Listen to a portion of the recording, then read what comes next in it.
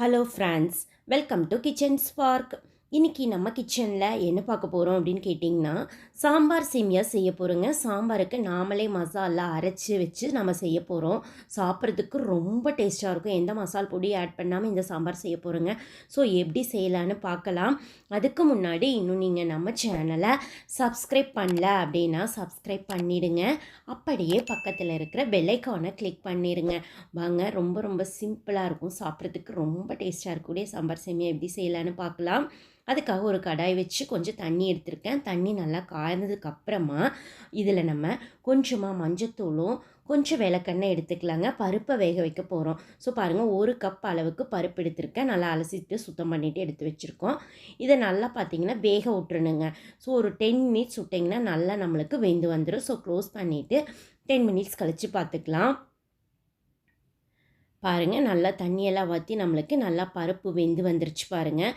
இப்போ இந்த பருப்பை நம்ம மேஷ் பண்ணி எடுத்து வச்சுக்கலாங்க. ஸோ அதுக்காக ஒரு மேசர் வச்சு நான் நல்லா மேஷ் பண்ணி வச்சுக்கிறேன். ஓரளவுக்கு ரொம்ப நைஸாக மேஷ் பண்ண வேண்டாம், கொஞ்சம் பருவருன்னு நம்ம மேஷ் பண்ணி எடுத்து வச்சுக்கலாம். இருக்கட்டும். நெக்ஸ்ட்டு நம்ம இன்னொரு கடாயை எடுத்துகிட்டு கொஞ்சமாக ஆயில் போட்டு காயெல்லாம் வேக வச்சுக்க போகிறோங்க. ஸோ பாருங்கள், ஒரு 2 முருங்கைக்காய் எடுத்துருக்கோம். அதுக்கப்புறம் கொஞ்சமாக கேரட்டு பீன்ஸும் எடுத்துருக்குறோம். அப்புறம் சாம்பார் வெங்காயம் எடுத்துக்கலாங்க. அது கொஞ்சமாக எடுத்துக்கலாம். அதுக்கப்புறம் ஒரே ஒரு உருளைக்கிழங்கு எடுத்துருக்குறோம். அதுக்கப்புறம் பார்த்திங்கன்னா ஒரு கத்திரிக்காயும் எடுத்துக்கலாம். பாருங்கள், ஒரு கத்திரிக்காய் எடுத்துருக்குறோம். அப்புறம் பார்த்திங்கன்னா ஒரு 3 தக்காளி நம்ம ஆட் பண்ணிக்கலாங்க. ஆட் பண்ணிவிட்டு இதையே நல்லா மிக்ஸ் பண்ணி விட்டுறலாம். இப்போ நம்ம காய்கறியெல்லாம் அவ்வளோதான். நீங்கள் இன்னும் காய் இருந்துச்சு அப்படின்னா நீங்கள் ஆட் பண்ணிக்கலாம். பூசணிக்காய் இந்த மாதிரி இருந்தால் ஆட் பண்ணிக்கலாம். பாருங்கள், இதையும் நல்லா மிக்ஸ் பண்ணி விட்டுட்டு இப்போ நான் ஒரு கொட்டை அளவுக்கு புளி எடுத்து நல்லா கரைச்சி எடுத்து வச்சுருக்கேன். பாருங்கள், ஒரு கப் அளவுக்கு புளி தண்ணி ஆட் பண்ணிக்கலாங்க. ஆட் பண்ணிவிட்டு அதுக்கு தேவையான அளவு உப்பும் ஆட் பண்ணிக்கலாம். புளி தண்ணியில் நல்லா காயெல்லாம் வெந்து வந்துச்சு அப்படின்னா உங்களுக்கு நல்லா காயில் நல்லா புளியெல்லாம் இறங்கி நல்லா சாப்பிட்றதுக்கு டேஸ்ட்டாக இருக்கும். ஸோ வேகட்டும். அதுக்குள்ளே நம்ம மசாலா அரைச்சிக்கலாங்க.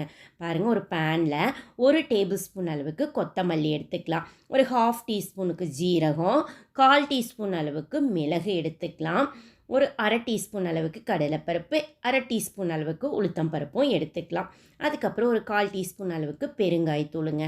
நீங்கள் காரத்துக்கேற்ப மிளகாய் எடுத்துக்கலாம். நான் ஒரு 5 மிளகாய் எடுத்திருக்கேன். நீங்கள் ஏறக்குறைய எடுத்துக்கோங்க. அதுக்கப்புறம் பாருங்கள், இந்த மாதிரி நல்லா மிக்ஸ் பண்ணி நல்லா வாசனை வர வரைக்கும் சிம்மில் வச்சு வறுத்து எடுத்துக்கோங்க. அதுக்கப்புறம் ஒரு கப் அளவுக்கு பாருங்கள், சின்ன கப்பில் ஒரு கப் அளவுக்கு துருவின தேங்காய் எடுத்துக்கிறேன்.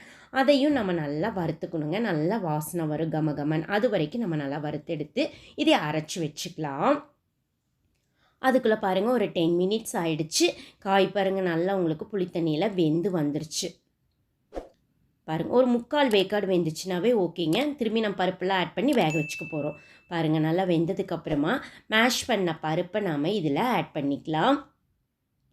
கொஞ்சம் தண்ணி மிக்ஸ் பண்ணி எடுத்துக்கலாம். இப்போ ஒரு மிக்ஸ் பண்ணி கொடுத்துடலாங்க. இப்போ பருப்போடு பாருங்கள், இது கொதிக்கும், நல்லா கொதிக்கும். இன்னும் நாம் இதில் மசாலா வறுத்தோம்ல, அதையும் நான் அரைச்சி எடுத்து வச்சுருக்கேன். அந்த மசாலையை நாம் இதில் ஆட் பண்ணிக்கலாம். எந்த மசால் பொடியும் ஆட் பண்ண அவசியம் இல்லைங்க. இந்த மசாலே ரொம்ப சூப்பராக இருக்கும் சாப்பிட்றதுக்கு. பாருங்கள், கொஞ்சம் தண்ணி கூட ஆட் பண்ணிக்கலாம். ஆட் பண்ணிவிட்டு நல்லா மிக்ஸ் பண்ணி விட்டுறலாம். இப்போ நம்ம காய்க்கு உப்பு ஆட் பண்ணணும். நீங்கள் பார்த்துட்டு சாம்பாருக்கு இன்னும் கொஞ்சமாக நம்ம உப்பு ஆட் பண்ணிக்கலாம். ஆட் பண்ணிவிட்டு இப்போ நம்ம மசாலா போட்டு வச்சுருக்கோம். ஸோ அதனால் மசாலா உங்களுக்கு பச்சை வாசனை அடிக்கும். அதனால் பார்த்திங்கன்னா கொஞ்சம் நேரம் நல்லா கொதிக்க விட்ருணுங்க. பார்த்திங்கன்னா ஒரு 5லேருந்து 7 நிமிஷம் வரைக்கும் சிம்மில் கொதிச்சுதுன்னா மசால் வாசனை போயிடும் உங்களுக்கு. பாருங்கள், நல்லா கொதித்து நல்லா கமகமான் வாசனையாக இருக்குது. இன்னொரு 2 மினிட்ஸ் மட்டும் சிம்மில் கொதிக்க விட்டுறலாம்.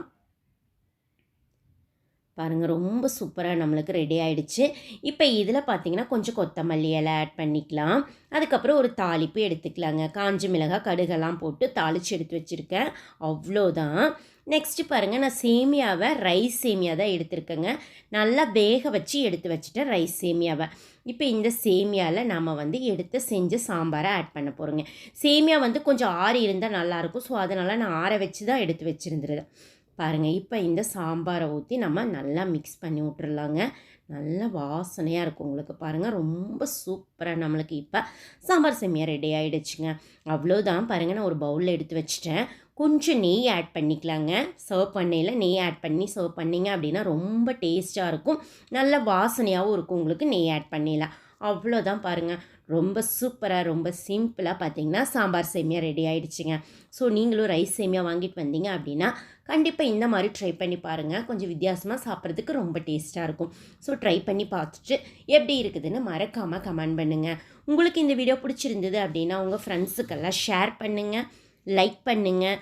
மறக்காமல் கிச்சன் ஸ்போக் சேனலுக்கும் சப்ஸ்கிரைப் பண்ணுங்கள். மீண்டும் சந்திக்கலாங்க நம்ம இன்னொரு ரெசிபியோட.